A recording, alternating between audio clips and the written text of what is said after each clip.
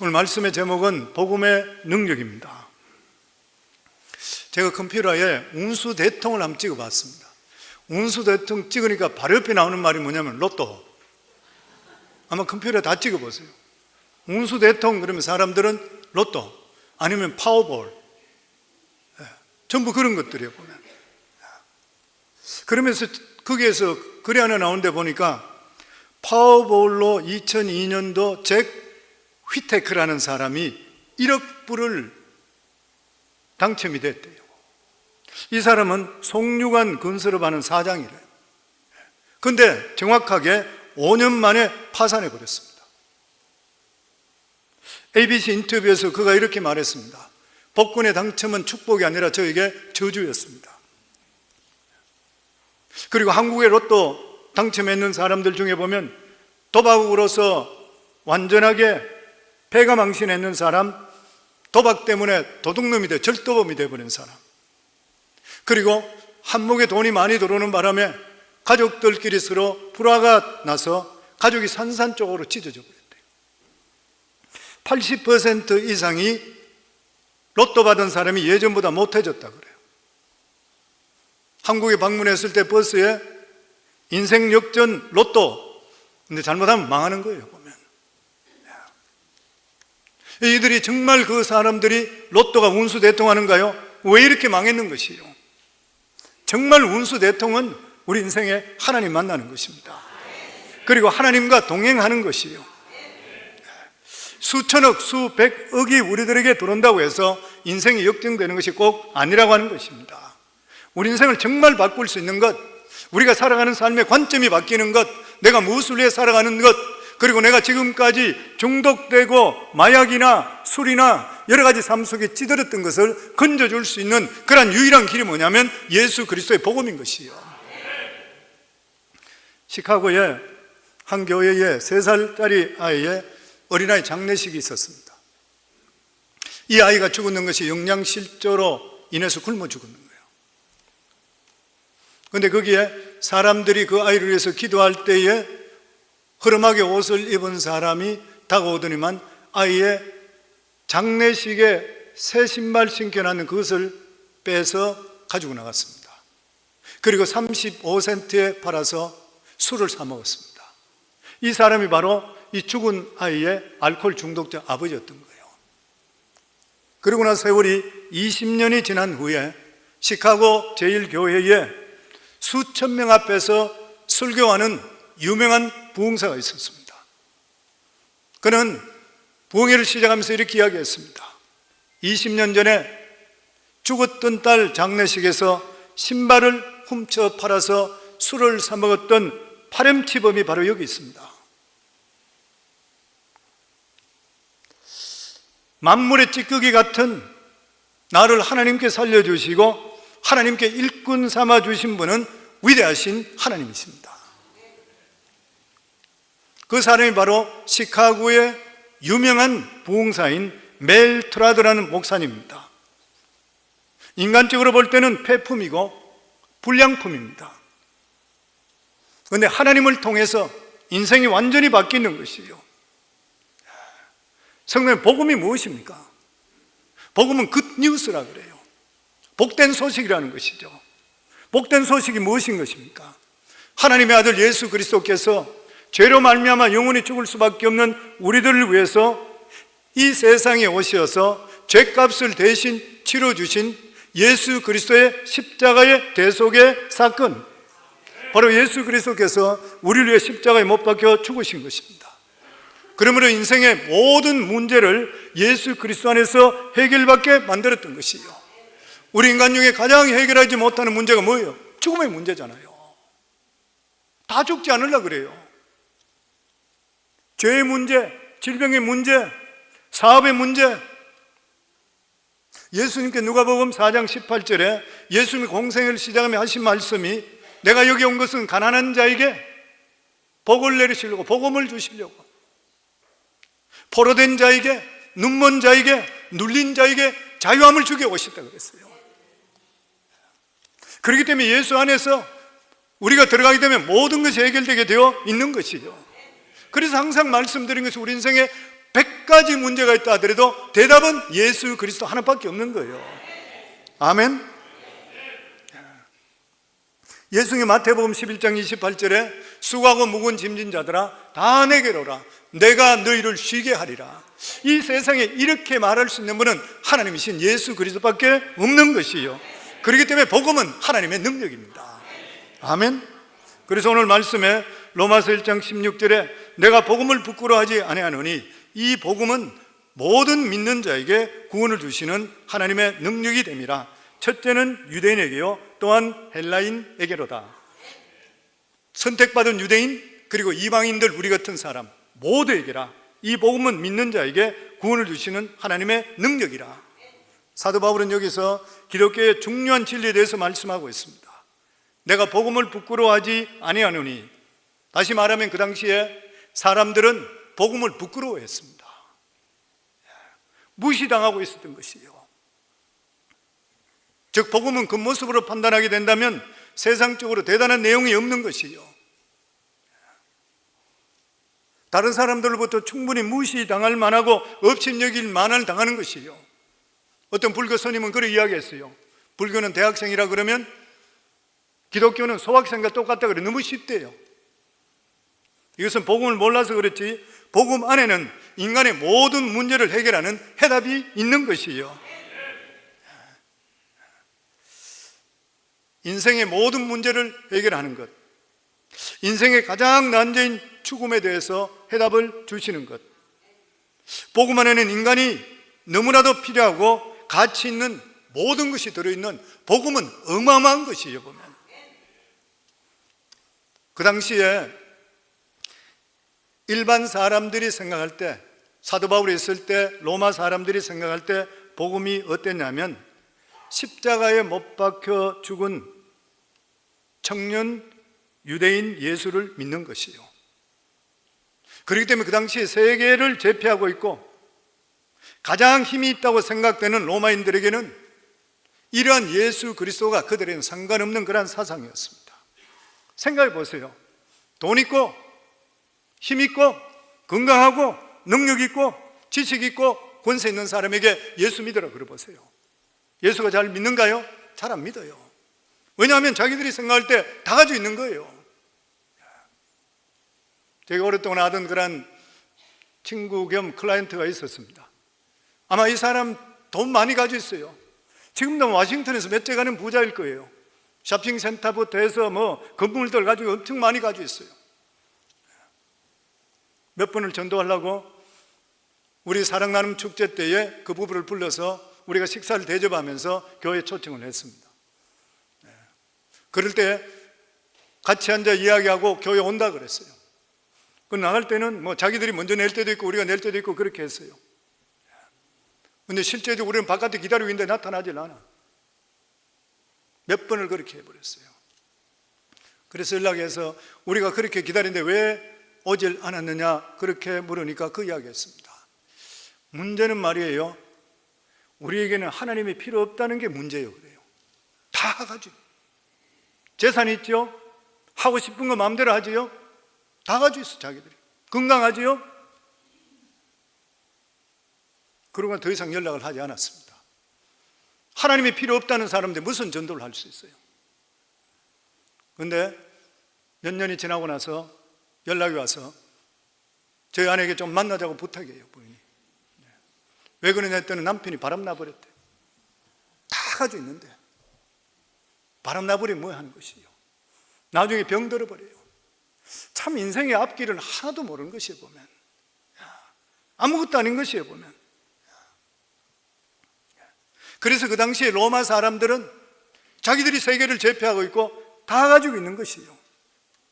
그러니까 사람들은 일반적인 사람들이 생각할 때에 힘있고 잘 살고 똑똑한 사람이 있으면 그 사람은 관심이 뭔가 초종합니다. 근데 복음의 내용이 뭐냐면은 로마에 의해서 십자가에 처형당했던 죄수를 믿으라는 거예요. 그들이 생각할 때 소크라테스와 같은 유명한 학자도 아니고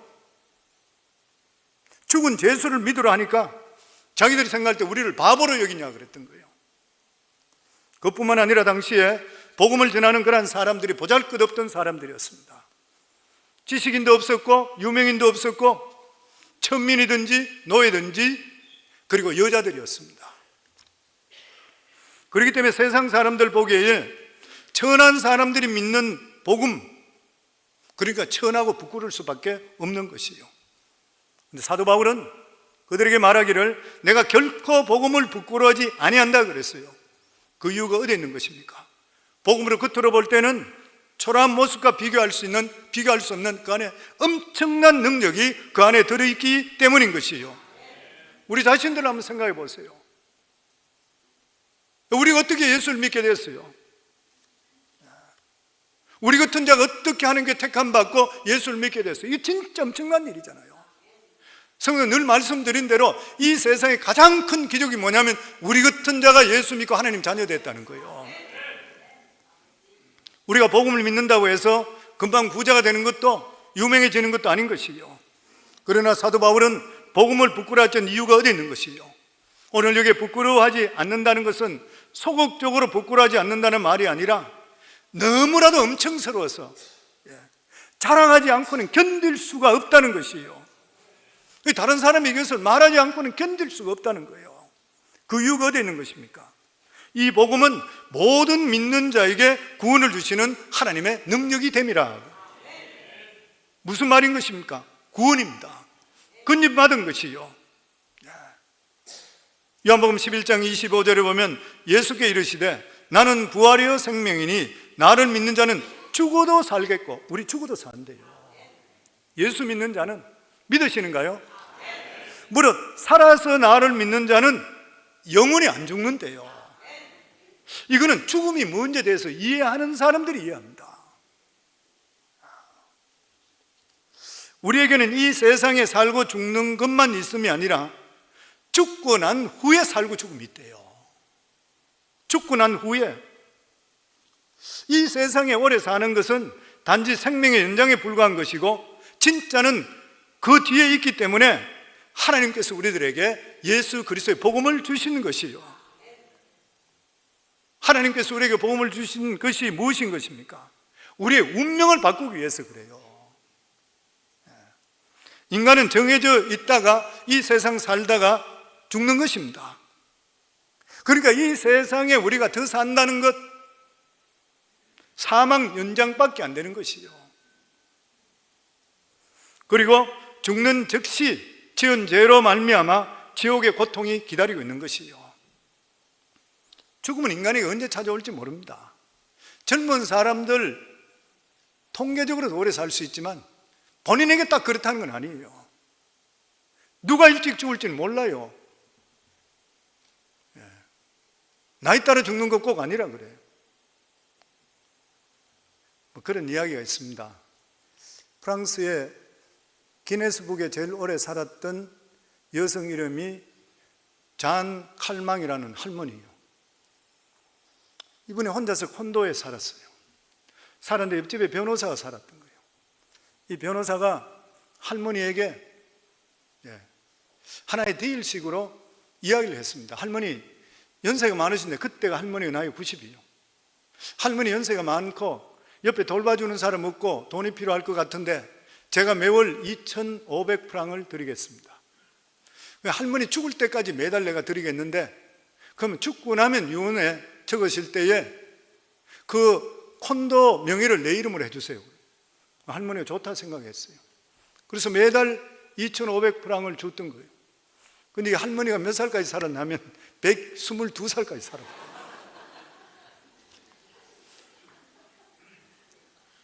이 사람이 할머니 죽기 2년 전에 죽어버렸습니다.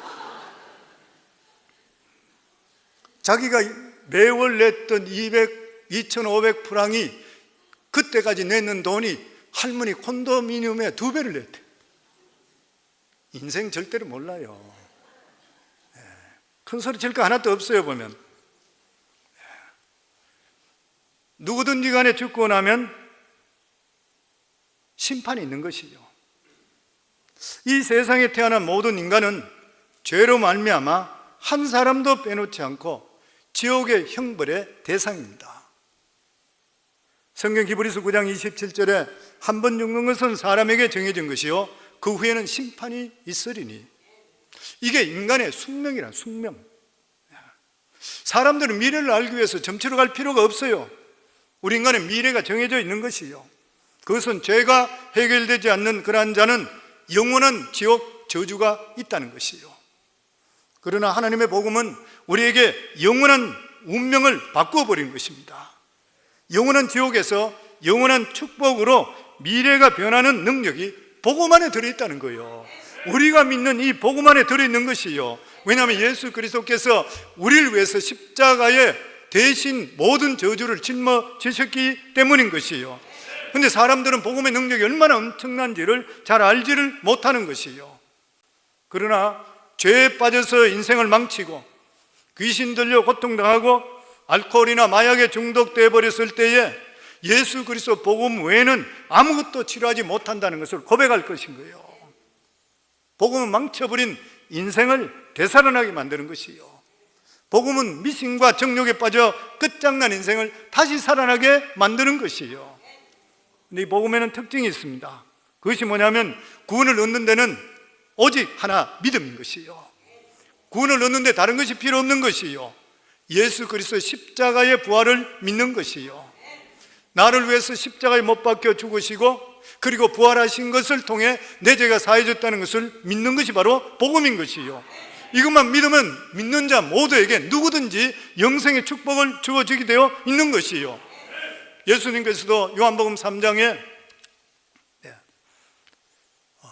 예수님도 마찬가지로 광야에서 놋뱀이 들린과 마찬가지로 모세가 광야에서 뱀을 든 것 같이 인자도 들려야 하느니 이는 그를 믿는 자마다 영생을 얻게 하려 하심이라. 이스라엘 백성들이 놋뱀에 물렸을, 불뱀에 물렸을 때 한각 하나도 없어요. 오직 하나님 말씀에 순종해서 모세가 만들었던 놋뱀을 바라보는 순간에 몸에 있던 독이 빠져나오고 살아났던 거예요. 그러니까 무슨 말씀인 것입니까? 믿음이라는 것은 나를 믿는 것이 아니라 하나님 말씀을 믿는 것이요, 지금까지 내 생각이 옳았다는 것을 이제는 하나님 말씀을 옳다고 믿는 것이고 내 생각이 틀렸다는 것을 믿는 것이요, 내가 무슨 선행을 하고 무슨 일을 해서 구원받는 것이 아니라 하나님께서 나를 위해 하신 것을 믿는 것이요, 그게 뭐냐면 예수 그리스도의 십자가의 구원인 것이요. 로마 천주교가 문제했던 것이 무엇이었습니까? 그들은 믿음으로 구원받는 것을 시시하게 생각했습니다. 많은 고행을 해야 되고 그리고 선행을 해야 되고 종교적인 열심이 있어야 된다 생각했습니다. 그럼에도 불구하고 마틴 루터는 영혼의 만족이 없었습니다. 그래서 본문을 묵상하다가 오직 믿음으로 구원을 얻는다는 것을 알게 되었던 것이요, 그는 로마 이 성당 계단을 무릎으로 오르면서 무릎에 피가 터지고 그리고 한 계단 오를 때마다 계단에 입을 맞추고 수없이 금식을 하는데도 불구하고, 그렇게 하면 하나님을 기쁘게 할까 생각했는데도 불구하고 그는 그 마음속에 기쁨이 없었던 것이요. 그런데 하나님의 주시는 오직 의인은 믿음으로 말미암아 살리라는 이것을 들음을 통해 단숨에 하나님께서 주시는 구원을 이루게 되었던 것이요. 요한 웨슬레도 마찬가지인 것입니다. 그는 종교적인 그러한 선행으로 구원에 이르기 위해서 기도도 수도 없이 많이 했고 감옥의 죄수들을 전도도 했고 심지어는 선교지에 가서 인디안들에게까지 전도했지만 영혼의 만족이 없었고 죄사함에 대한 확신이 없었습니다. 그러다가 독일 계통의 모라비안 성도들 모임에서 누가 마틴 루터의 로마서 주석 서문을 읽는 것을 들었을 때 마음이 갑자기 뜨거워지는 거예요. 갑자기 뜨거워집니다. 오직 믿음으로. 그러면서 그 말씀을 듣는 순간에 자기 자신이 믿음으로 말미암아 예수 그리스도께서 그것을 가져가심을 통해 나에게 죄사함을 받는다는 것을 깨닫게 되고 예수 그리스도가 내 죄를 위해서 죽으셨다는 것을 믿어지면서 그에게 믿음이 돌았던 것이요. 구원의 문이 좁은 이유가 왜냐하면 자신들이 자랑이나 공로가 들어갈 틈이 전혀 없습니다. 오직 십자가에 못 박히신 하나님의 아들을 믿는 것이요. 그렇게 할 때 예수 그리스도를 믿음을 통해서 예수 그리스도의 의가 내 속에 들어오고 나의 죄가 예수 그리스도께 전이 되어버려요. 죄가 있는데도 불구하고 그리스도를 믿음을 통해서 십자가의 구속을 통해서 하늘나라 법으로 볼 때에 내가 죄인인데도 불구하고 예수님이 대신 죄값을 치러주기 때문에 하늘나라 법으로 의인으로 취급을 받는 거예요. 이게 칭의잖아요. 이게 저스티피케이션, 그리고 법적인 용어로 죄가 있는데도 죄 없다고 인정받는 사건이에요. 아멘. 그렇기 때문에 로마서 1장 17절에 오직 의인은 믿음으로 말미암아 살리라 함과 같으니라, 이 말씀은 하박국 선지자의 하박국서를 인용한 것입니다. 유다가 바벨론에 멸망하는 일이 일어나기 나더라도 하나님을 믿는 의인들은 끝까지 믿음으로 인내해야 된다. 우리 믿음의 사람이라 한다 하더라도 이 세상 살면서 언제나 좋은 일만 일어나는 것은 결코 아닌 것이요, 그러나 우리는 우리를 구원해 주신 하나님, 그 선하심을 끝까지 믿으셔야 돼요. 내가 이해할 수 없는 그런 일이 일어난다 하더라도 하나님께서는 머리털까지 헤아리시고 계시기 때문에 모든 일에 합력해서 선을 이루어주심을 믿고 믿으셔야 돼요. 그러므로 우리들은 하나님이 주시는 이 귀한 은혜를 우리가 체험하고 이러한 복음을 바라보고 하나님을 바라보게 될 때에 내 속에 새로운 활력이 생기기 시작합니다. 그리고 기상이 속기 되는 것이요, 성도님, 우리가 이 세상의 땅에 살고 있지만 하나님 나라 능력과 연결된 삶이라는 것을 알고 계세요? 마태복음 18장 18절에 보면 진실로 진실로 너희에게 이르노니 무엇이든지 너희가 땅에서 매면 하늘에 매인대요. 성도님들, 이 세상에 여기 사는 일이 하늘나라에 그대로 기록되는 거예요. 무엇이든지 땅에서 풀면 하늘에서도 풀린대요. 무슨 말인 것입니까? 땅에서 매면 하늘에서 매인다는 말은 서로 연결되어 있다는 겁니다. 연결되어 있습니다. 그러므로 우리가 매일매일 하루를 시작할 때에 예수님을 바라보고 힘차게 기상의 넘치기로 시작하셔야 돼요. 우리가 교회에서 할 때도 항상 좋습니다, 감사합니다 하는 이유가 어디 있어요? 이것과 동시에 하늘나라에서도 우리 삶 속에 좋고 기쁜 일들이, 그런 능력이 우리 속에 임하게 되어 있는 것이에요. 믿음은 바라보는 것의 실상이라 그랬습니다. 우리가 무엇을 바라보느냐 너무나 중요한 것이요, 예수님을 믿는다는 것은 복음을 바라보고 하나님을 바라보고 하나님의 능력을 바라보는 것이요, 하늘에 연결된 그러한 인생은 환경을 뛰어넘습니다. 지난번에 시편 23편을 제가 말씀을 설교를 한 적이 있죠. 시편 23편의 핵심 구절이 무엇입니까? 여호와는 나의 목자시니 내가 부족함이 없으리로다, 이 말씀이잖아요. 근데 인간적으로 이게 되는 말입니까? 다윗은 쫓겨다니고 자식이 죽이려고 칼 들고 도망올 때, 갈 때 자기는 도망쳤던 그런 사람이에요. 그때 지었던 시요. 그리고 인간이 살아갈 때 어떻게 부족함이 없을 수가 있습니까? 다 부족함이 있어요. 죄종도 마찬가지예요. 필요한 게 있어요. 그러나 하나님을 바라보고 하나님과 교제를 나눌 때에 여호와가 나의 목자라는 것이 확신이 생기는 거예요. 어떤 상황과 환경에 놓여있다 한다 하더라도 하나님의 능력이 내 삶에 임할 것이라는 확신이 있기 때문에 나는 부족함이 없다 고백하는 거예요. 그래서 2절 말씀에 보면 그가 나를 푸른 초장에 누이시며 쉴만한 물가로 인도하시는도다. 아직 인도 안 됐어요. 도망가고 있어요. 무슨 말인 것이에요? 미래에 대한 확신입니다. 우리 예수 믿는 사람은 미래에 대한 확신을 가지고 계셔야 돼요. 모든 일에 합력의 선을 이루어주신다. 오늘보다 내일이 낫고 이번 달보다 다음 달이 낫고 올해보다 내년이 분명히 낫다. 왜냐하면 하나님께서 우리 아버지 되시기 때문에 그래요. 아멘. 확실히 가져야 돼요. 그러니까 하나님께서 반드시 나를 좋은 것으로 이끌어 주실 것이라, 내 영혼을 소생시키시고 사망의 음침한 골짜기로 다닐지라도 해를 입지 않는 확신인 거예요. 확신. 그래서 시편 23편은 이 믿음은 하늘과 연결된 인생의 고백입니다.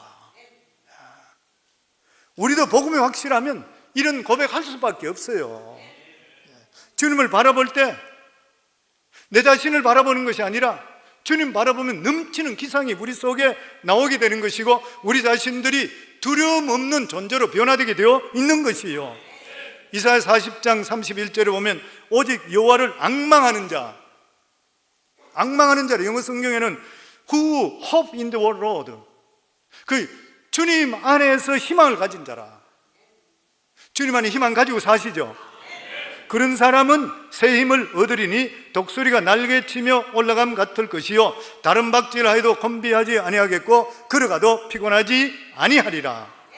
무슨 말이요? 여호와를 앙마하는 자, 여호와 안에서 희망을 가진 자, 소망을 가지는 자는 기상이 넘치게 만든대. 기상이 넘친대요. 독수리가 날개치고 올라가고 다른 박질하여도 곤비치 않고 걸어가도 피곤하지 않대요. 주님을 바라볼 때 이런 능력이 임한다는 것이요. 오늘도 예배 나오신 성도님들 무엇에 눌려 있습니까? 아니면 피곤하십니까? 그렇다면 주님을 바라보기를 주의 이름으로 축원합니다. 넘치는 기상으로 채워줄 줄을 믿습니다. 그렇기 때문에 우리 삶 속에 가장 중요한 게 뭐예요? 복음을 체험하셔야 돼요. 복음을 체험하셔야 됩니다. 사도 바울이 이렇게 담대하게 복음을 전가한 것은 바로 이 복음이 하나님의 능력이 된다는 것을 그가 체험했기 때문인 것이요. 사도 바울은 이 복음을 통해 자신이 먼저 변화되었습니다. 그리고 능력을 체험했는 것을, 그리고 검증된 것을 그는 선포하는 것이요. 내가 전하는 복음은 말뿐이 아니라 내가 사울에서 바울 되었다, 확실한 복음이다. 복음은 남이 체험한 복음은 능력이 없습니다. 예수님은 좋더라, 교회 가보면 좋은 말하기 때문에 좋다 하더라, 맥 빠지는 이야기 아니에요. 이거는 내가 믿으니 이렇게 됐다, 이 영광의 복음이 나를 변화시켰다, 지금도 내 속에 역사하는 것은 복음이다, 내가 생명을 걸고 확신하는 복음이요, 내가 체험한 복음이다. 예수 믿는 것은 지식이 아니라 체험이다, 경험이다. 실제로 내 속에 살아 움직인다. 그래서 예수님은 제자들에게 가이사랴 빌립보에 갔을 때 수많은 우상과 수많은 신들이 수도 없이 있을 때 거기서 제자들에게 묻습니다. 사람들은 나를 누구라 그러느냐? 선지자라 그럽니다, 엘리야라 그럽니다, 온갖 이야기 다 했습니다. 그래서 예수님은 제자들 얼굴을 똑바로 쳐다보시면 그랬습니다. 단도직입 묻습니다. 딴 사람 이야기하지 말고 너희는 나를 누구라 보느냐? 너희에게 내가 누구냐 묻는 것이요. 저는 이것이 오늘 똑같이 우리에게 묻는다 생각합니다. 오늘 이 시간에 예수님이 여러분들에게 누구십니까? 사도 베드로가 기가 막힌 대답을 했죠. 주는 그리스도시요 살아계신 하나님의 아들이시다. 정확한 대답이잖아요. 정확한 신앙 고백이잖아요. 주는 그리스도시요 메시아시요 살아계신 하나님의 아들입니다. 예수님이 너무 기뻐 칭찬했잖아요. 그렇기 때문에 우리 각자에도 예수 그리스도의 복음을 체험하는 경험이 있어야 되는 것이요. 예수님은 지금도 다른 사람의 고백을 듣기를 원하는 것이 아니라 우리 고백을 듣기를 원합니다. 내 신앙에 내 간증이 있어야 되는 것이요. 내가 믿는 예수, 내가 믿는 복음, 내가 믿는 이러한 체험한 복음을 증거해야 돼요. 이게 능력의 원천이 되는 것이요. 이렇게 체험이 있게 되면 믿지 않는 형제 자매들 위해서 눈물을 흘리고 매달립니다. 믿지 않는 자가 형제 중에서 죽게 되는 것 같으면 지옥 떨어지잖아요. 통곡하며 하면 매달리잖아요. 복음을 경험했는 사람이요. 그리고 아깝게 버렸던 그런 돈이라 한다라도 복음의 가치와 비교할 수 없으니까 자기 돈을 쓰면서도 복음을 전하는 거예요. 복음은 우리 인생의 가치관을 바꿉니다. 고린도후서 5장 17절에 보면 그런즉 누구든지 그리스도 안에 있으면 새로운 피조물이라 이전 것은 지나갔으니 보라 새 것이 되었도다. 무슨 말이에요? 복음에는 비포와 애프터가 반드시 있다는 거예요. 그런 이야기 잘하죠. 살 빼는 약하고 대머리 약은 반드시 사진이 2개 나온다고 그러죠. 옛날에 뚱뚱했던 것, 지금은 홀쭉한 모습. 옛날에는 황무지, 그리고 지금은 이제 숲이 우거졌는. 똑 2가지 나온대요. 근데 어떤 분은 이것을 복음을 카피한 것이라. 복음을 카피해요. 복음이 들어가면 이전과 이후가 완전히 달라집니다. 달라지지 않았다면 가짜예요. 우리 교회 성도님 중에 우리 클라이언트들이 있습니다. 옛날 세금 20년 동안 하던. 근데 그분들이 그렇게 이야기한다 그래요. 내가 목회한다 그러니까 인생 그 사람이 무슨 설교를 할 수 있어 그랬다 그래요. 왜냐하면 10여 년 동안 제 사무실에 오더라도 제가 하는 말은 안녕하세요, 안녕히 가세요, 딱 그 방법이 없어요. 바깥에 저희 아내가 받아 이야기하고 이렇게 하면 그분들이 그리 이야기하는데 나오면서 저렇게 재미없는 사람은 어떻게 살고 있냐 그러대요. 아직 안 살아봐서 그래. 난 재밌는 사람이 그래 살아보면. 말을 제가 거의 안 했습니다. 실제로 사업을 하면서도. 근데 은혜를 받고 나니까 성령 말 잘한다고 설교 잘해요? 아니잖아요. 하나님의 은혜가 임하면 하는 거예요. 모든 것들이 다 그런 것이에요. 우리 자신들도 달아보시면 돼요. 내가 예수 믿고 구원받고 나서 내 삶이 옛날하고 어떻게 바뀌는가 남편이 알고 아내가 아는 거예요. 바뀌는 것이 없다면 가짜예요. 뭐라 그러더라도. 왜냐하면 하나님의 복음이 우리 속에 들어오면 우리 인생에 회리바람이 일어나고 지진이 일어나게 되어 있습니다. 아멘. 그래서 하나님의 은혜를 체험하고 나면 제일 먼저 바뀌는 게 뭐예요? 가치관인 거죠. 다른 말로 이야기하면 세상을 바라보는 우리 눈이 바뀌는 것이요. 하나님의 은혜를 체험하고 나면 비로소 지금까지 자기가 추구했던 돈, 명예가 얼마나 무의미하다는 것을 깨닫게 되는 것이요. 그래서 은혜를 체험하면 옛날같이 살 수가 없습니다. 절대로 옛날로 돌아갈 수가 없는 것이죠. 사도 바울은 그렇게 고백합니다. 빌보 3장 8절에 보면 또한 모든 것을 해로 여기면 내 주 그리스도 예수를 아는 지식이 가장 고상함을 인함이라. 내가 그를 위하여 모든 것을 잃어버리고 배설물로 여기면 그리스도를 얻고. 사도 바울은 그리스도의 은혜를 체험한 후에 자기 자신이 그렇게 자랑하던 혈통, 지식, 명예, 배설물로 여기는 것이 이게 은혜 받은 사람들의 고백입니다. 예수님께서도 천국을 발견한 사람은 어떻게 사는가? 마태복음 13장 44절에 보면 천국은 마치 밭에 감추인 보화와 같으니 사람이 이를 발견한 후 숨겨두고 기뻐하여 돌아와서 자기의 소유를 다 팔아 그 밭을 샀느니라. 이 사람이 자기 전 재산을 다 팔아서 보잘것없는 밭을 샀는 이유가 됐습니까? 옛날 그 당시는 전쟁이 자주 터지기 때문에 사람들이 은행도 없고 하니까 돈이 있으면 보석이나 이런 걸 모아가지고 자기 밭에다가 항아리에다가 묻어놓는다 그래요. 그리고 전쟁터에 도망가는 거예요. 근데 전쟁터에 죽어버릴 수도 있어. 돌아오고 나면 누가 그걸 묻은지 몰라요. 또 뿐만 아니라 거기 묻어놓고 나서 자기가 잊어버리는 수도 있는 거예요. 그러다가 어떤 사람이 품꾼으로 그곳에 일을 하다가 뭐가 갑자기 쨍그랑 긋는데 보니까 항아리가 묻혀있어. 검은 보화가 다 들어있는 거예요. 살포시 다시 묻어놓고 돌아가서 자기 전 재산을 다 팔아서 그 밭을 사는 것이에요. 지금 그 말씀하고 있습니다. 사람들이 볼 때 저 황무한 밭을 왜 사느냐? 미쳤다. 그런데 이 사람은 무슨 말이에요? 조금만 있어봐라. 깜짝 놀랄 일이 기다릴 테니까. 그렇기 때문에 기독교는 강요하는 종교가 아닌 것이에요. 누가 말했듯이 기독교는 매혹의 종교입니다. 진짜 그렇다 생각해요. 행동을 강요하는 것이 아니라 바라보는 대상을 바꾸는 것이에요. 세상을 바라보던 것이 하나님을 바라보게 해요. 바라보는 눈이 바뀌게 되면 인생이 바뀝니다. 성령 목회가 뭐예요? 성도들의 바라보는 안목을 바꾸게 만들어주는 거예요. 딴 거 아닌 것이에요 보면. 그래서 목회에도 너의 목회가 있고 그리고 영광의 목회가 있다 그래요. 너의 목회는 맨날 전화해서 성도들에게 강요해서 이끌어 끌고 오는 거예요. 그냥 항상 신방과 전화에 매달려 있는 거예요. 그러나 심령의 눈을 바꾸어주고 더 중요한 가치가 무엇인지를 보여주기면 영혼이 흥분하기 시작합니다. 내가 무엇을 위해 살아야 되는지를 깨닫게 되는 것이요. 그러면 자발적으로 나와서 헌신하게 되는 것이고 부르짖게 되어 있는 것이요. 그래서 와서 우리가 예수 믿으면 복을 받지만 기복적인 신앙이나 와서 뭐 장사 잘 되고 이것만 계속 생각하다가 만약 안 되면 떠나는 것은 예수 그리스도를 몰랐기 때문에 그런 거예요.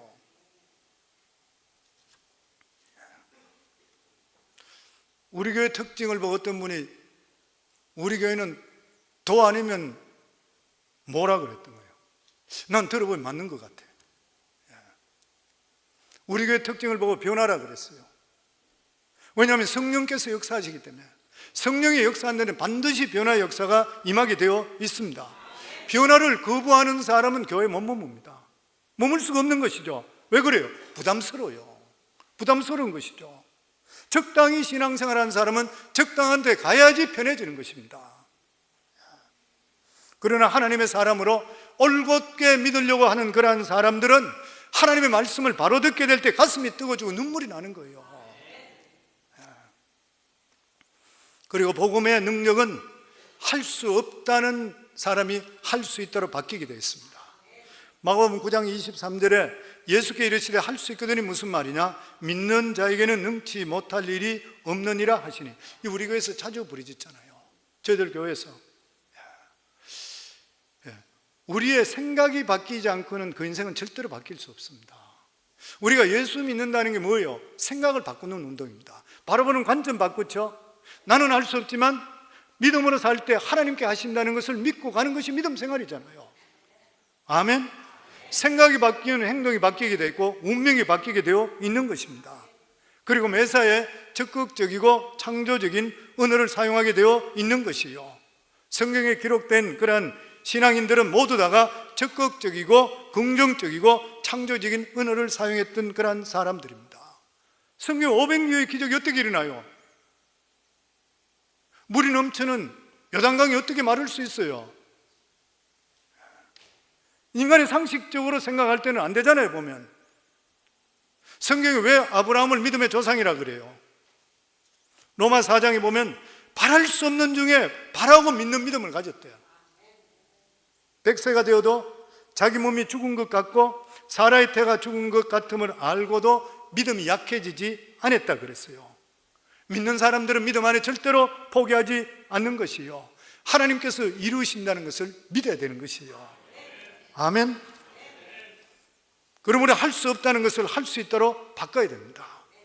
노만 빈센트 필 박사는 이 세상은 할 수 있던 사람을 통해서 역사한다 그래요. 저는 교회에 우리 사역자들 여기 많이 있지만 사역자 회의할 때 목사님 안 됩니다 그러면 내가 항상 하는 이야기가 계속 해보라 그래요. 계속 해보라 그래요. 얼마 전에도 우리 교회 뭐 해가지고 비리 뭐 수천 불이 나온 적이 있어요. 교회 뭐 이래 카피 기계 일찍 보내지 못하고 이렇게 했는데 구두로만 하고 나서 기계를 늦게 보냈다 해가지고 뭐 몇천 수천 불이 나왔어. 근데 계약상 보면 물어내야 된대. 목사님 딴 방법이 없었는데 안 되는 게 어딨냐는 거였어요. 하나님의 돈을 그렇게 왜 할 수 있냐는 거예요. 안 되는 거 어딨냐 하라고. 안 되고 나중에 다시 또 저한테 이야기하라고 그랬어요. 그리고 일반 세일즈맨하고 이야기하지 말고 매니저하고 이야기하고, 그리고 앞으로 우리 교회와 계속 비즈니스 하려고 그러면 너희가 이런 식으로 해서 안 된다고 다시 이야기하고, 그러고 나한테 다시 오라고 그랬어요. 일주일에 다시 와서 자기들이 웨이브 해주고 다 해결돼요. 세상 살아가는 삶 속에 성도는 어떤 우리 삶 속에 안 되는 일, 힘든 일이 있다 한다 하더라도 우리 인간이 하는 일이 대부분 될 수 있을 뿐만 아니라 믿음의 사람들은 진짜 안 되더라도 하나님한테 기도할 때 안 되는 일이면 더 다른 일을 이루어줄 줄 믿습니다. 그래서 우리 삶이 긍정적이고 적극적으로 살아갈 수 있으셔야 돼요. 아멘. 저는 미식축구를 굉장히 좋아하는 거 성도님 아시잖아요. 나는 목회하고 나서 지금 취미를 많이 잃어버렸어요. 보는 시간이 거의 없으니까. 재미도 옛날 같지 않는데, 미식축구 중에서 공식적으로 가장 긴 필골드, 발로 차서 골대 안에 들어가게 3점 얻는 것에 2013년까지 최고로 길게 쳤던 사람 이름이 1970년도에 톰 댐시라는 사람입니다. 63야드 쳤습니다. 그러니까 미식축구 시작이 언제냐면은 기록을 보니까 1869년이에요. 144년 동안 가장 길게 찼던 사람, 그리고 자기가 1970년도에 차였던 이게 때문에 무려 43년 동안 아무도 기록을 못 깨뜨렸던 대단한 사람입니다. 그리고 2013년도에 64야드를 누가 찼어요. 그리고 얼마 전에 2021년도에 터크라는 사람이 66야드를 찼어요. 그 전까지는 이 사람이 최고였습니다. 144년 동안. 그리고 자기가 차고 나서 무려 43년 동안 기록이 깨어지지 않는 사람. 근데 이 사람은 태어날 때 몸이 불구였습니다. 오른쪽 발이 사진에 보면 반토막밖에 없습니다. 앞에 발가락이 전혀 없습니다. 오른손도 불구인 것이요. 그런데 믿음이 좋은 훌륭한 부모님 밑에 자랐습니다. 어렸을 때 풋볼을 너무나 알고 싶었던 것이요. 자기는 공을 너무 차고 싶었습니다. 발이 그러니까 못 차니까 자기 발에 맞게끔 신발을 디자인해서 신고 키킹 테스트에 참여했습니다. 스카우트 눈에 들어와서 샌디에이고 차저스라는 프로풋볼 그 팀의 구단에 들어가게 되었습니다. 그런데 거기에 들어가자마자 얼마 있지 않아서 감독이 프로로 뛸 수 있는 자격이 없다고 쫓아내버렸습니다. 그는 좌절하지 않고 마지막으로 세인트에 감독에 한 번만 기회를 더 달라고 그랬습니다. 그리고 2주 후 시범 게임에서 55야드를 성공시켰습니다. 그 당시에 55야드는 대단한 것이고 최고 기록이었습니다. 그는 그 시즌에 무려 99점을 득점을 했습니다. 그리고 결정적인 날이 다가왔습니다. 6만 6천 명이 모였습니다. 이 세인츠와 디트로이트 라이온스가 붙게 되는데 이 마지막 공격 몇 초 남겨놨습니다. 스코어는 16대 17 1점 차이로 지고 있었습니다. 단 한 번의 기회밖에 없었습니다. 그런데 63야드, 55야드 이상 성공하는 키크가 없는 것이에요. 그런데 감독이 댐시를 나가라고 했습니다. 거리가 63야드. 그때까지 가장 멀리 찬 사람은 콜츠의 버트 레이 헐츠라는 사람으로 55야드 찼습니다. 공이 스냅이 완벽했습니다. 그리고 공을 찼을 때 똑바로 뻗어나갔습니다. 6만 6천 명 관중들이 조용하게 그것만 지켜보고 있습니다. 엔드존에서 심판 두 사람이 두 손을 번쩍 듭니다. 공이 몇 인치 차이로 골대 안에 들어갔습니다. 19대 17로 극적으로 팀이 승리했습니다. 관중석들은 완전히 흥분의 도가니였습니다. 무엇보다도 반쪽박이 되지 않는 발과 불구의 팔을 가진 선수가 그 킥을 해내는 것이요, 누군가가 소리쳤습니다. 도저히 믿을 수 없는 일이 일어났다, 이렇게 소리쳤어요. 그때 이 댐시는 그 소리를 들으면서 부모님의 말이 떠올랐다 그럽니다. 그 부모님은 자기가 불구인데도 불구하고 항상 할 수 없는 일이 아니라 우리는 항상 할 수 있다, 우리는 하나님이 계시다니 항상 그 말을 듣고 자랐다는 것이요. 그래서 한 번도 자기가 자라면서 부모로부터 좌절된 말을 들어본 적이 없다고 하는 것이요. 이 댐시는 신시한 크리스찬입니다. 성경, 우리가 믿음을 가진 것이 얼마나 귀한 축복인지 아세요? 세상 사람은 안 된다 하더라도 하나님께서는 능치 못함이 없어지잖아요. 만주의 주가 되시고 천지를 창조하신 하나님이 우리 아버지 되시잖아요. 그러니까 우리는 절대 좌절하면 안 되는 것이요. 아멘. 우리는 이것도 못하고 저것도 못한다, 이런 식으로 말하면 안 되는 것이요. 부정적으로 말해서는 안 되는 것이요. 할 수 있거든. 무슨 말이냐? 믿는 자에게는 능치 못함이 없느니라. 생각이 바뀌면 인생은 반드시 변하게 되어 있습니다. 우리가 살다 보면 부정적인 일이 얼마나 많아요. 포기하고 싶은 일이 얼마나 많아요. 그래도 입술에 파수꾼을 세우셔야 돼요. 미국의 심리학자인 쉐드 햄스테드 박사는 그런 말을 했습니다. 우리가 하루에 5만에서 6만 가지 생각을 한대. 이게 한국말하고도 맞아요. 한국말에도 보면 5만 가지 생각 다 한다 그러잖아요. 이 맞는 말인 것이 보면. 그런데 문제는 그 생각 중에 85%가 부정적이고 15%만 긍정적인 생각한다는 거예요. 그리고 우리가 살면서 끊임없이 부정적인 생각과 긍정적인 생각이 싸우는 것이 계속적으로. 어떻게 내가 이것을 긍정적으로 해석하냐에 따라서 내 행복이 좌우되는 것이요. 그만큼 중요한 것이요. 우리가 이 세상에 살면서 교육을 잘못 받았다, 가문이 좋지 않다, 환경이 어렵다, 이건 인간적으로 하는 거란 말인 것이요. 우리가 주님께 소망을 품고 주님을 의지하고 기도하고 나갈 때는 하나님께서 모든 것을 합력의 선을 이루어주시게 되어 있는 것이요. 주님을 의지하게 될 때는 하나님께서는 절대로 우리가 손해보지 않고 복된 인생으로 만들어 주실 줄을 믿습니다. 우리의 소망은 예수 그리스도밖에 없는 것이요. 지난번 어느 책에 예수님을 통해 변화받은 사람을 21세기를 비유해서 인터뷰한 그런 글이 있었습니다. 실제로 21세기에 예수님이 태어났다면 수많은 기자와 라디오, 텔레비전 기자들이 인터뷰를 했을 것이요. 여기 한 여인이 있습니다. 그는 정숙하고 아름다운 여인입니다. 얼굴에 광채가 나고 그 옷은 정숙하게 아름답게 입었습니다. 기자가 묻습니다. 당신은 어떻게 예수를 믿게 되었습니까? 그 여인은 이렇게 말합니다. 나는 항상 이렇게 얼굴에 광채가 나고 마음이 기쁘고 희망찬 여인은 아니었습니다. 나는 옛날에 바람기가 많은 그런 여자였습니다. 죄를 많이 지었습니다. 한 번은 가늠하다가 현재에 잡혀서 바리새인, 사두개인, 율법사들에게 개처럼 끌려나간 적이 있었습니다. 나는 이제 죽었다 이렇게 생각했습니다. 왜냐하면 우리나라 법으로 가늠하게 되면 현장에서 돌 맞아 죽기 때문인 것입니다. 근데 내가 끌려갔던 것은 바로 성전뜰이었었고 그곳에 예수님이 계셨습니다. 바리새인, 사두개인, 율법사들이 나를 법적으로 돌로 쳐 죽이려 할 때 예수님께 준엄하게 말씀하십니다. 너희 중에 죄 없는 자부터 먼저 이 여인을 쳐라. 예수님의 이 말씀은 청천벽력 같았습니다. 모든 사람들의 위선이 옷이 벗겨졌습니다. 그들의 마음이 주님 앞에 벌거벗은같이 되었고 그들의 죄가 백일천하에 드러났기 때문에 고통스러워 견딜 수가 없어서 햇빛 앞에 마치 도망가는 벌레와 같이 빠져나가기를 시작했습니다.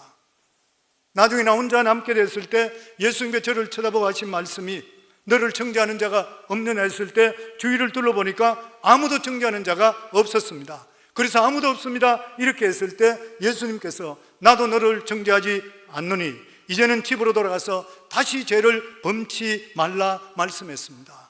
나는 죽음의 혹독한 절망에서 예수 그리스도로 말미암아 새로운 생명을 가지고 희망을 얻었습니다. 죄 용서함을 받고 내 재생의 희망을 얻었습니다. 그때부터 시작해서 내 인생은 이렇게 달라졌습니다. 나는 정숙하게 되었고 아름다운 여인이 되었고 내 마음속에 예수를 믿고 난 다음에 넘치는 평화와 기쁨을 얻게 되었습니다. 요한복음 8장에 나오는 가늠한 여인의 이야기입니다. 그러다 그 옆에 있는 한 여인에게 또다시 물어봅니다. 기자가 당신은 어떻게 예수를 믿었습니까? 나는 요한복음 4장에 나오는 소위 말하는 수가성 여인입니다. 나의 남편, 나는 남자를 5번이나 남편을 바꾸는 여자이지요. 결혼 한 번 잘못하고 나서 두 번째 가정을 이루고 싶었는데 그것도 잘 되지 않아서 가정이 계속적으로 파괴되고 3번, 4번, 5번 연속하고 나니까 그 다음엔 칠칠대로 지쳐버렸습니다. 사는 것이 재미가 없었습니다. 내 앞날에 희망이 없었습니다. 6째는 될 대로 되라 지나가는 남자가 그냥 살고 있었습니다. 사람들이 나를 손가락질하기 때문에 나는 사람들 모이는데 갈 수가 없어서 대낮에 물길이로 왔다가 예수님을 만났습니다. 근데 예수님은 나를 정죄하지 않았습니다. 나쁜 여자, 음란한 여자, 죄 많은 여자를 말씀하지 않았습니다. 예수님은 나에게 진실로 사는 의미가 무엇인지 보여주었습니다. 예수께서 당신이 구세주라는 것을 알게 하자 내가 예수를 믿자마자 하나님의 임재하심이 나에게 느껴지고 예배드리고 싶은 마음이 나에게 생겼습니다. 그래서 내 마음속에 말할 수 없는 기쁨이 넘치기 시작했습니다. 마치 시편 기자가 하나님 앞에 기쁨이 넘치고 그 우편은 즐거움이 넘치나이다 한 것처럼 내 마음속에 생전에 겪지 못했던 기쁨이 충만했고 우편은 즐거움이 넘치기를 시작했습니다. 내가 마음에 넘치는 이 기쁨을 가지고 그리고 평화가 강물같이 넘쳐 흐를 때 물동이를 버려두고 동네로 뛰어들어갔습니다. 그리고 와보라, 이분이 구세주가 아니냐. 수많은 사람들이 와서 내 말을 듣는 것이 아니라 예수 그리스도의 말씀을 듣고 똑같이 구원을 받고 그 인생이 달라졌습니다. 나는 예수님과 함께 삶으로 내 마음속에 이 기쁨과 이 평안을 세상의 어떤 것과 바꿀 수가 없습니다. 수가성 여인의 고백인 거예요. 그 옆에 아주 건장한 남자가 즐거운 얼굴을 하고 있습니다. 다다시 묻습니다. 당신은 어떻게 예수를 믿었습니까? 말도 하지 마세요. 나는 마태복음 8장에 나오는 문둥병자였습니다. 내가 문둥병이 걸리게 되자 가정에서 쫓겨났습니다. 자식도 아내도 다 떠나버렸습니다. 나는 사람이 드문 산에서 살았습니다. 움막을 치고 살았고 토굴 속에 살았습니다.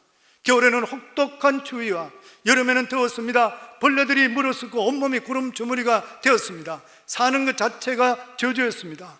나는 너무나도 고통스럽고 괴로웠습니다. 몸이 고통스럽고 괴롭고 가족들이 보고 싶어 견딜 수가 없었습니다. 그러나 만날 수가 없었습니다. 우리 같은 문둥이는 성한 사람이 오게 되면 부정하다 부정하다 외치지 않게 되면 그 사람들이 돌로 쳐 죽이게 되어 있습니다. 나는 천명을 받고 이 처절하고 절망 가운데 하루하루 살아갈 때에 예수님께서 산에서 내려온다는 소식을 들었습니다. 나에게 오직 하나밖에 없는 기회라고 알았습니다. 이제는 죽든지 살든지 사생결단으로 예수님을 만나야 되겠다 생각했습니다. 그리고 예수님이 내려오시는 그 앞에 가서 무릎을 꿇고 나서 주여 원하시면 나를 깨끗하게 할 수 있나이다. 나는 외마디 비명을 부르짖었습니다. 그때 예수님께서 나에게 손을 내미시고 고름이 질퍽한 내 머리에 손을 대시더니만 내가 원하노니 깨끗함을 받으라 하는 순간에 하늘에서 불이 떨어지는 것을 자기가 체험했습니다. 온몸이 불타는 것 같았습니다. 순식간에 문둥병이 사라져버리고 나는 지금 어린아이 피와 같은 새 사람이 되었습니다. 예수 그리스도로 말미암아 소망을 얻은 것이고 그 어둡고 깜깜한 문둥병이라는 절망에서 찬란한 소망을 가졌습니다. 나는 집으로 돌아가게 됐고 부모를 모시고 지금은 처자와 함께 살고 있습니다. 얼마나 소망됩니까? 예수 그리스도로 말미암아 이 소망은 나는 누구에도 빼앗기지 않을 것입니다. 그러자 그 옆에 있는 두 자매가 서 있습니다. 당신들의 이름은 무엇입니까? 예, 저는 요한복음 12장에 나오는 마리아와 언니 마르다입니다. 우리는 베다니 빈민굴에 살았지요. 예수님은 예루살렘에 복음을 전가하고 나면 그리고 다음날 주무실 때는 먼저 베다니 빈민굴에 가서 주무십니다. 저희는 돈도 없고 헐벗고 굶주리고 소외되고 불쌍한 사람인데 늘 저희들에게 친구가 되어 주셨습니다. 베다니에서 저희는 아버지 어머니를 일찍 잃어버리고 형제만 의지하고 가난하고 슬프게 살고 있었는데 예수님은 우리들에게 부모님과 같이 부인과 같이 우리들을 잘 대해 주었습니다. 그런데 한 번은 예수님이 요단강 건너편에 계실 때 우리 오라버니가 병들어서 죽어버리고 말았습니다. 우리들은 처절한 절망에 처해졌습니다. 천지 가득하고 오라비와 함께 죽을 수밖에 없다고 생각했습니다. 그때 예수님께서 오셔서 나흘 만에 오셔서 오라비를 무덤에 썩은 냄새가 나는데도 불구하고 예수님은 그 무덤가로 우리를 데려가서 그리고 그 돌을 옮기라 했습니다. 한마디로 죽은 오라버지를 살려서 우리에게 다시 보내줌을 통해 어두움이 광명으로 절망이 소망으로 변화됐습니다. 우리는 예수 그리스도로 말미암아 가난과 슬픔과 절망에서 벗어나고 이제는 소망 가운데 살아가고 있습니다. 이 소망은 예수 외에는 우리가 줄 수가 없습니다. 그러자 마지막으로 그 옆에 있는 할머니가 듣고 있다가 나도 한 마디 간증하죠. 내 간증 들어보세요. 나는 누가복음 7장에 나오는 난성에 사는 여인입니다. 나는 일찍이 청춘과부 되어 아들 하나 낳고 이 아들을 생명같이 생각하고 살았습니다. 아들이 장성하게 될 때에 희망이 있을 것이라 생각했는데 이 아들이 장성하고 제법 컸는데 갑자기 이 아들이 병들어 죽어버리고 말았습니다. 나는 살 의욕이 없습니다. 이제 아이들 상류에 넣어서 가면서 이제는 이 아들이 땅에 묻으면서 나도 같이 묻힌다 생각을 하고 따라갔습니다. 나는 울부짖으며 따라가고 있을 때 예수님께 길에 만났습니다. 예수님의 상륜을 멈추시고 관뚜껑을 열라 하시더니만 사늘하게 식어버린 뻣뻣해진 내 아들의 손을 잡고 청년아 일어나라 했을 때에 죽었던 내 아들의 얼굴과 생기가 나고 피가 돌더니만 아들이 살아났습니다. 그때 이후부터 내 아들은 나에게 효도하고 있고 나는 아들을 의지하고 살고 있습니다.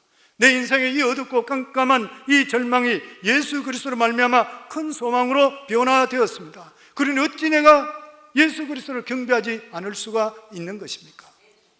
성도님들, 여기 보면 예수님께 찾아온 사람들은 한 사람 한 사람 말을 들어보면 그들이 어떤 종교를 믿었단 말이 없습니다. 어떤 종교를 믿었다는 간증이 한마디도 없어요.